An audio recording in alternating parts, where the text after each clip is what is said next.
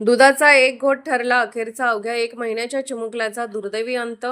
कोल्हापुरातील मन हेलावून टाकणारी घटना समोर आली आहे. अवघ्या 1 महिन्याच्या चिमुकल्या अर्विकचा दूध पिताना श्वास गुदमरल्याने दुर्दैवी मृत्यू झालाय. 11 जुलै रोजी मालवणकर कुटुंबात अर्विकच्या जन्माने आनंदाचं वातावरण निर्माण झालं होतं. बाळाच्या जन्मानंतर घरात नातेवाईकांची वर्दळ सुरू होती. त्यांच्या बाललीला पाहण्यात कुटुंबियांचा दिवस आनंदात जात होता. मात्र 13 ऑगस्टचा दिवस या कुटुंबासाठी काळाचा दिवस ठरला.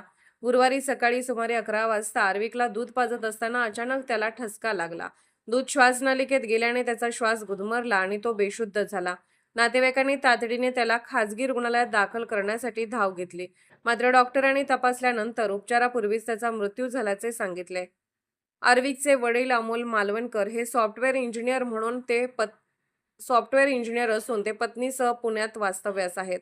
बाळाच्या जन्मानंतर बाळ आणि बाळंतिणीची काळजी घेण्यासाठी अमोल यांच्या पत्नी सुमारे 15 दिवसापूर्वी कोल्हापुरात आल्या होत्या.